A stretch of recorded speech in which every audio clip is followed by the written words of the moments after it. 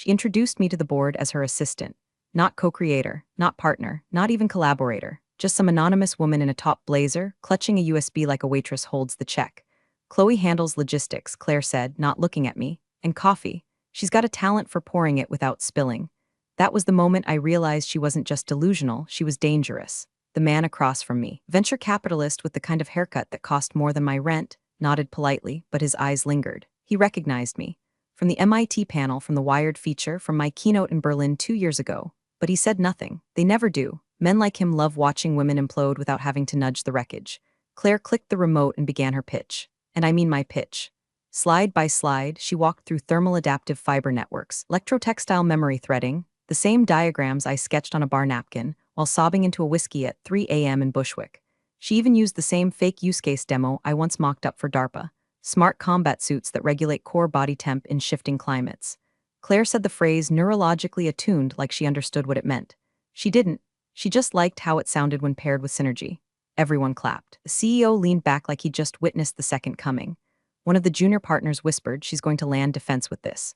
I sat still, unblinking like prey before the pounce. She thought I was broken, that I had no proof, no documentation, no fight left. What she didn't know was this: 5 days ago, a manila envelope arrived at my apartment. No return address. Inside was a 32 GB flash drive. On it, a video file. Blurry. Time-stamped, dated from 18 months prior.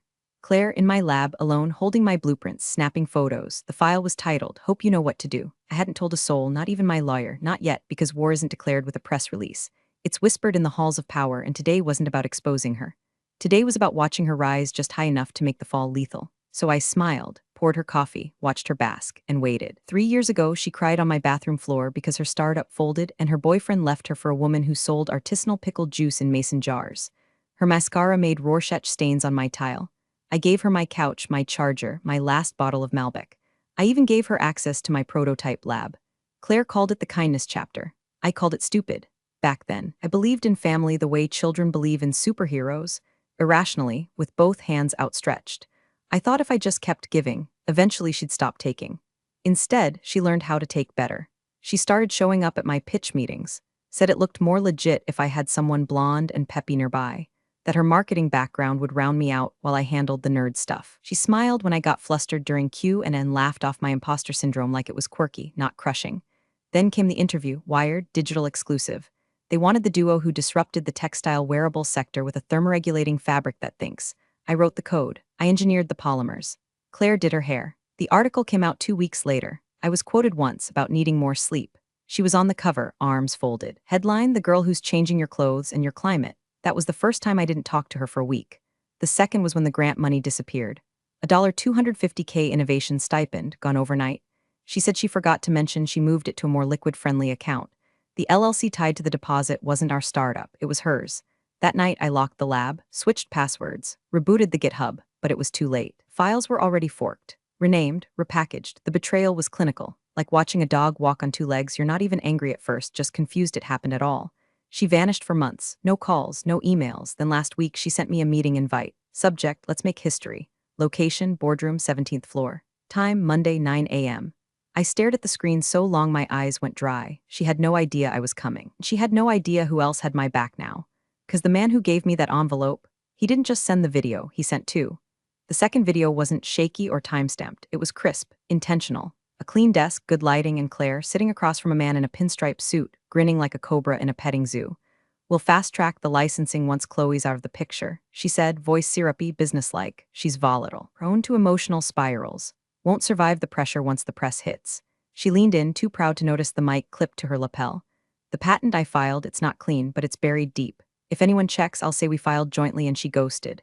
Women ghost each other all the time. It's not exactly the SEC." The man chuckled. "You're cold, Claire." She raised her wine glass. "I'm efficient." The file was named Efficiency 1, MP4. I stared at the footage so long my laptop battery died under it. I didn't move, didn't blink. I just felt it all calcify in my chest, every missed credit, every shrunk-down quote, every damn time she called me emotional like it was an insult, not a symptom of working 3 jobs to fund the tech she now sold as hers. I didn't cry. I uploaded the video to a private drive, created a QR code, tucked it behind a dead link on my own portfolio site under contact for press kits. Let it sit there, quiet, unassuming, just like me. Now here we were Monday morning. Claire was floating in her dopamine-fueled ego cloud, oblivious to the storm barreling straight at her skull. Can we move forward with next steps? She asked the CEO, crossing her legs like a CEO herself. I've already scheduled press rounds. Vogue Tech wants a feature. If we close by Friday, I can fast-track licensing to mid-tier manufacturers in Europe. The room was impressed. They always are when someone's confident enough to lie well. I cleared my throat, the kind of sound that isn't loud but lands. Claire turned, startled, like she'd forgotten I existed. Her eyes flinched for a half-second before she recalibrated into charm mode. Oh, Chloe, she purred. You wanted to, distribute those reports? I looked at her. And at the board? Actually, I said I brought something different. I reached into my bag and pulled out a small stack of folders. Custom printed, each stamped with the logo of ICMV Industries. I handed them out slowly, one by one. Inside, a timeline, my patent filing, early-stage prototypes, version code check-ins, and for the finale, a QR code on the back page. Before you make any commitments, I said, locking eyes with the chairman, might want to review the original ownership data. Claire was frozen, face pale, knees locked, her breath shallow enough to whistle. The CEO scanned the code with his phone. He didn't blink for the full 90 seconds it took to watch the video. Then he looked up at Claire and said flatly, "Did you think we wouldn't vet?" She stammered something about confusion, collaborative workspaces, sisterly synergy. But it was too late. The boardroom smelled like scorched opportunity, and I hadn't even hit play on the second video yet. She tried to talk over the silence. That twitchy, desperate monologue people launch when they realize the floor's caved in under their stilettos.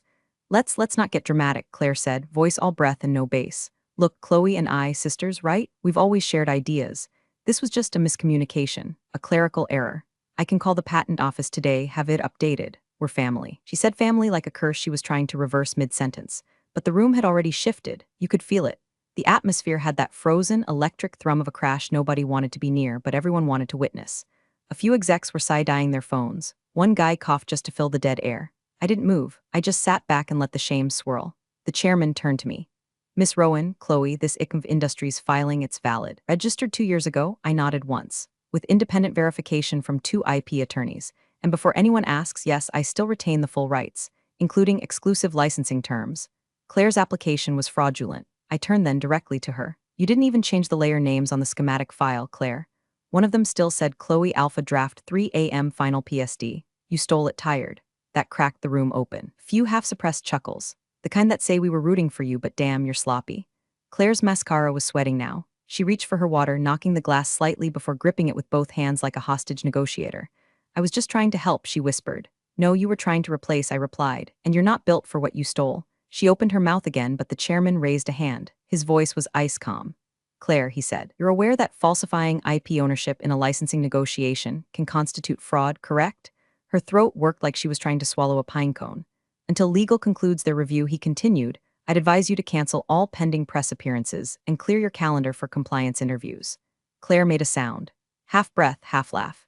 It was the kind of noise someone makes when they think if they can just wake up fast enough, this might be a dream. But it wasn't, it was a reckoning. I stood slowly, folded my hands and glanced around. "I'll give you space," I said. "When you're ready to talk about real partnerships built on merit, not mimicry, you know where to find me." Then I turned to leave, heel clicks deliberate, spine straight, but just before the door, I paused. "Actually," I added, not turning around if anyone's still unsure who invented this tech. I tapped the QR code again. This time, I played the second video. The one where Claire spelled out her plan to erase me. The one with the pinstripe man nodding. The one ending with her smirking, wine glass raised, and saying, "By the time Chloe realizes what happened, I'll already be the face of the future." And then I left the room full of men watching that future evaporate. The fallout didn't erupt, it seeped, like poison gas under a doorframe. Silent, slow, absolute. By the time I reached the elevator, Claire hadn't moved from her seat. Her spine was a question mark, her eyes 2 busted street lamps. The door slid shut before I could see if she cried. She always hated crying in front of strangers. I didn't go home. I went to a hotel downtown. One of those cold, concrete lobbies with art that looks like depression wearing sunglasses. I booked a room under my ICMV alias. Not paranoia, insurance. I wasn't done playing this game, and I knew Claire well enough to know what came next. She wouldn't go quietly, and she sure as hell wouldn't go alone. Sure enough, 5 hours later, my inbox pinged with a cease and desist on me. Her lawyer had the audacity to claim that I was interfering with a pending acquisition and that I'd used slanderous material obtained via unauthorized surveillance. Cute. I forwarded it to my attorney, then to someone else. The man who sent me the envelope. He hadn't spoken directly yet. No names. Just a signal that blinked to life on my burner account whenever he had something to drop. But this time he messaged, "You're up. Want the rest?" I typed back, "Does IT burn?" His reply was instant, like gasoline on a church floor. 15 minutes later, I had access to a folder titled Sugar Glass. Inside, a paper trail of Claire's secondary LLCs, off-the-books investors, and one very illuminating string of emails between her and a mid-level exec at Solvetech, our competitor. The subject line of one was simply, "What if she never shows up again?" So that's what it was. Claire hadn't just tried to erase me, she'd pre-sold me to the wolves. The plan was to bait me into vanishing, destroy my credibility, take my work, sell it high, walk away with a scarf around her neck and a TED talk on her resume. Even floated a rumor on Twitter that I'd taken time away from innovation for mental health. How generous.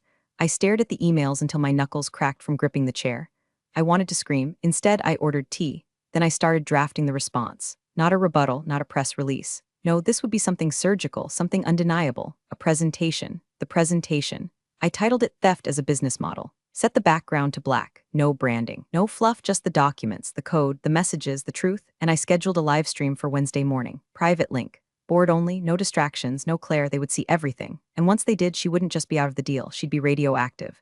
Wednesday, 9 a.m. sharp, no intro music, no camera on me. Just the screen, just the facts, just a ticking time bomb with bullet points. The board joined one by one. I saw the viewer count climb, 8, 12, 15. Claire wasn't among them, that was deliberate. I didn't want her squirming in real time.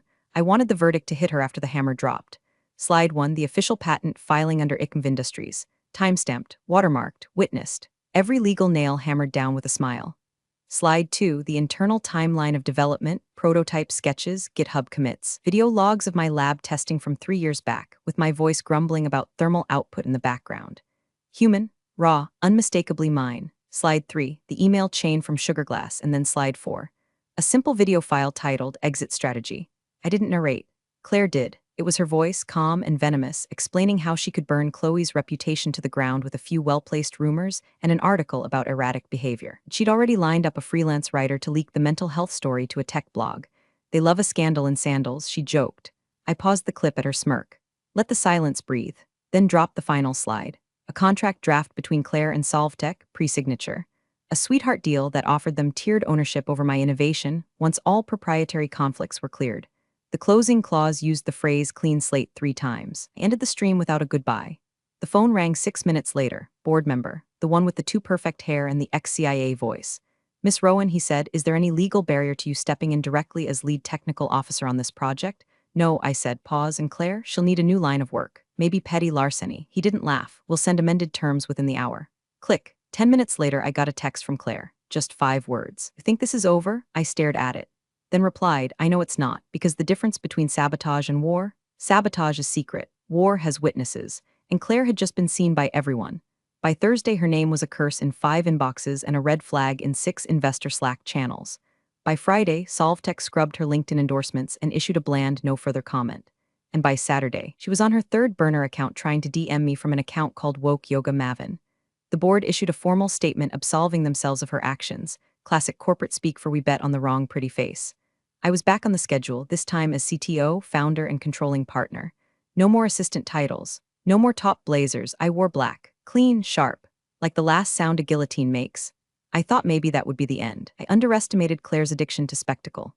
Sunday morning, my lawyer called. Chloe checked Twitter. There she was, Claire, live streaming from her apartment like a deranged influencer, sitting cross-legged on a shag rug and holding a cup of tea like she hadn't just tried to defraud an entire boardroom. The caption read, Let's talk about slander. Sister's nail polish hash invent her's hash truth hour. She was spiraling, and I could smell the Chardonnay through the screen. I made mistakes? Sure, who hasn't? But this narrative that I'm some kind of corporate thief, it's misogyny, it's jealousy, it's Chloe weaponizing trauma to manipulate. I clicked out before she finished the sentence. Because the more she spoke, the more she buried herself. It wasn't just me who noticed. Later that night, I got a call from someone unexpected. Her ex, yeah, the NFT consultant, the one she swore was irrelevant. I know where the real prototype is. He said, what? She gave it to me before she disappeared.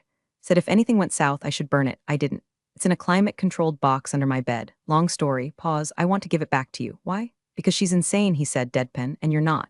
Also, I read your code. That suit is genius. So Monday, I drove out to Jersey in a rented Honda with 3 contracts in the glove box and a baseball bat under my seat just in case. He handed me the box without flair. Said, hope you finish it this time.